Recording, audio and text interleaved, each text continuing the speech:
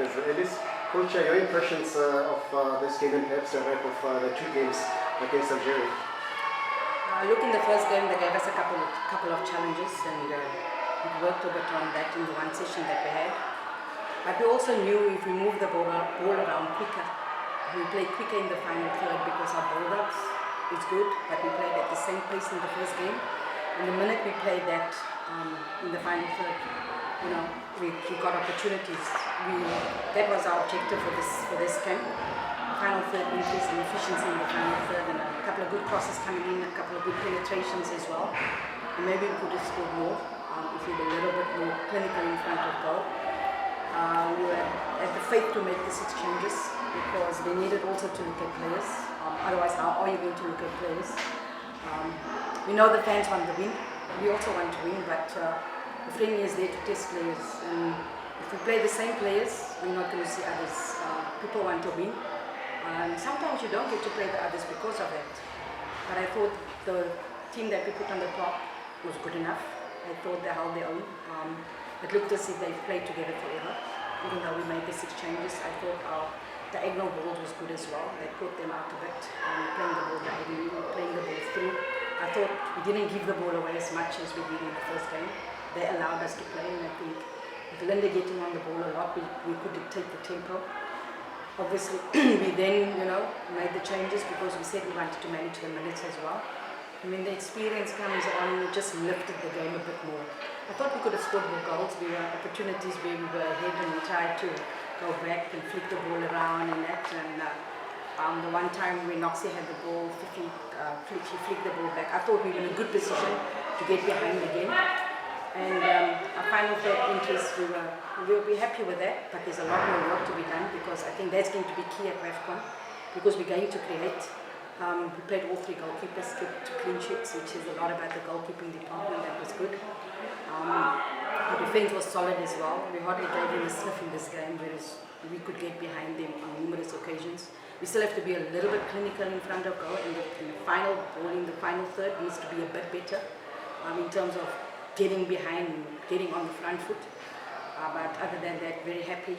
As I said, they gave us a challenge in the first game. They played one formation or one system the first half, another system the second half. So we had to find solutions for that. And we planned for the one that gave us a challenge, and then we were ready for both. Any questions? Let's start with the lady here. Coach, the unity in your team is amazing. I've seen it to your former player. It's just amazing to see you introducing new players that are performing really, really well. But also the young players saying that they are well like senior players as well. How does that feel for you to coach a team that is so united? I think it reminds me of 2022 WAFCON when we were so connected. We work with the mental coach, and the mental coach is all about teamwork. It's all about if you don't play, you're still a good teammate. It's all about being there for each other. It's all about stepping up because you are accountable. It's all about that, and it's all about being together as a team. Because if you have a bus, you got the driver, you got the engine, you got the fuel. You can't do without each other. You can't go without the driver, you can't go without the engine, you can't go without the fuel. So it's about understanding that each and every person in the team is important. Each and every technical member, each and every staff member is important because they play a huge role behind the scenes as well. The information that we get from up top, from Tabu, what we can't see because we sit at eye level, what we can't see, he can tell us. And Coach Tia sitting behind there, she's probably seeing more than what I see. Coach Vida gives his input as well. I think a big applaud must also go to the goalkeeper coach, Coach Lucky. 2 clean sheets, playing all 3 goalkeepers. It says a lot about the goalkeeping department. But we come away with 2 good results. We come away with, especially the second game, a very good performance, considering where we are. We're now just hoping and praying that the league starts soon. Because that will really help us. We haven't had any matches. This is our second match together since December, so all is well for WAFCON, but we can't stop now. We have to consistently still work with camp to make sure that when the players come back that they are better. Yes, Coach, you've got a chance to assess your players during the Costa Afar and now these friendlies. So are you happy with what you are seeing, or you just need to see more, you need to assess more players before the WAFCON? You can never close the door. That's one thing. The player might not be here. But come the next couple of weeks when the league starts, the player might just play superbly and then you can't ignore it. It doesn't mean that you're not here, that you can't make the WAFCON squad. I can go back to 2018. Watch football the whole year, and on the day we were camping to prepare, a player withdrew and we needed an attacking midfielder. And I still called Coach Celine, Coach she had flown up already, and I said this one game, it was Super Falcons against TT. And in that game, Desiree Ellis played like a 210, and I watched her whole year. She came, made the WAFCON squad, and that was amazing, because it says that the door can never be closed. You cannot close the door to anyone until the last minute. So we're not sitting with blinkers, we're not saying that the players outside are not eligible. Everybody's eligible, but you can only select the ones you select. You cannot select everyone. Then it's up to the ones that are here to grab that opportunity, because they have their foot in the door. But if somebody else comes and they blow us away, there's no way that you can ignore them. Coach, I just wanted to take over to Linda Motlhalo. I mean, it's like we play with the slow pace, he's scanning whatever behind, whatever happening around him. It seems like it's a player in South Africa, I think we don't appreciate a lot, because he playing that he can go long, can come short, and also on match here, another goal for her. You know, when the ball fell in the box, her eyes, you could see just light up, and he said, you know what, let me just finish off. Just on those two, Coach, yeah. I think Linda has shown how she's matured over the years. I think playing as a 10, she shows us the quality that she has. Playing as a 6, she shows us the quality that she has. And I think you're right when you say, I don't think she's appreciated enough. I think when people look at her, they wanted to run around, they wanted to sprint. But the quality that she has on the ball, she doesn't need that to get past players. Of course, she sprints past players, but it's very difficult to get the ball off Linda. And she does it with purpose. She doesn't just do what she does it with purpose, to be able to draw other players towards her and to be able to play forward. And I think she deserved, player of the match today, because she was magnificent for us. And people sometimes wonder why I play as a 6. As a 6, Linda can control everything. She doesn't give the ball away. She's patient when she has the ball. If she can't go forward, she goes sideways to get it back again. So people don't really, I don't think she gets the credit that she deserves. That I don't think, but we know what she's capable of, and we appreciate her more than anything. With Magia, like I said, Magia went with us to WAFCON, scored against Botswana. Then we had a bit of a dip, but it looks like she's back. And I said in my previous interview, I had conversations with Coach Godfrey about her, about assisting her, especially when she gets into the final third. He's played her on the wing as well, which is really helping.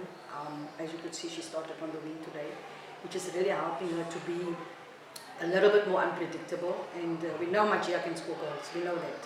She played at Richmond, she had to make a goal, score goals, and now she's playing at Sundowns with a lot of players that will make her better. And I think it took a bit of time, but I think she's almost back to her best, and that augurs well for us. The last WAFCON we had about 6 or 7 different goal scorers. We didn't rely on one individual, and that is fantastic, because you cannot then prepare for one person when our goals come from all over. Evening, Coach. Lusande from Soccer Lab Durban. I just want to get your views on Dhlamini with her making her 50th cap. I know I asked you about Umbani yesterday, but here's another player, experienced, has given a lot to the jersey. Just a word on her, I guess, the importance to the side and her journey to 50 caps. Today we played at left centre back, and it gave us a lot of balance. I think that one move that went down the left, it went left, and we almost scored from it. Very comfortable on the ball as well. Probably last season for me the best player in the league. Not just one season, but over a couple of seasons. The quality that she shows in her position, the maturity that she shows. And I remember playing her in 2019 against the Netherlands. And we could see the quality she had at that time. Went with us to the World Cup, and I'm going to say it again, people thought I was mad to take a 17-year-old to the World Cup, but sometimes you have to take 1 or 2 players with you that you know is going to be good for you in the future. And look at her in Sibulele now. We took the 2 of them. I think Karabo has probably cemented a place at left back. I think the best on the continent, if I can say so. And she's shown how versatile she is by us playing her at centre back, being so good on the ball, and I think that has really, really helped us. Also, injuries has kept her back for a while. She's had a couple of injuries over the last 2 years or so. But the quality that she brings is second to none, well deserved. Hopefully she can get 100. Coach, we've been closing Shakira scoring a first goal there for Banyana Banyana. Oh yes, of course, another first. She's coming to the team, because we know we're looking for ball playing centre backs, and both her and Kutsu have been with us, and I think the first time we played Shakira was against Jamaica, and to keep Bunny short quiet, it said a lot about what she's capable of. There was a bit of a dip, and I think she's come back a little bit stronger, a little bit better, giving us that that backup, which is great to be able to have that, because you never know what can happen in tournaments. But it also allows us to take players. When you go to tournaments, you make sure that you win your first 2 games, and maybe it'll take for the second because you have a tough quarterfinal. Winning a quarterfinal then gets you to the World Cup. When you go into a semi-final, it gets you to the final. So that is things that we've got to think about to make sure that we play players so that when we need to put them in, that they are ready to play, not just play the regular players the whole time, but play those players so that they're ready. Scoring a goal will help a lot for her confidence, because that also gives you a little bit of confidence, because you don't really expect to score, maybe from a set piece, yes, but you don't really expect to score, and when it happens, it gives you a lot more confidence.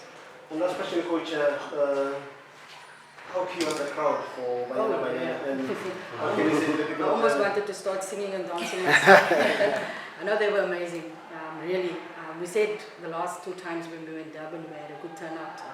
When we played Jamaica in our send-off match in 2019, when we played Brazil in 2022, after the WAFCON, I think the crowd were magnificent today. It sounded as if there was 20,000 in the stadium. They were just amazing. They were the 12th and the 13th and the 14th player. So I want to say thank you to the crowd here at King Zwelithini. That's the reason why we came here, because you are magnificent, and thank you for your support, and the victory was for you today.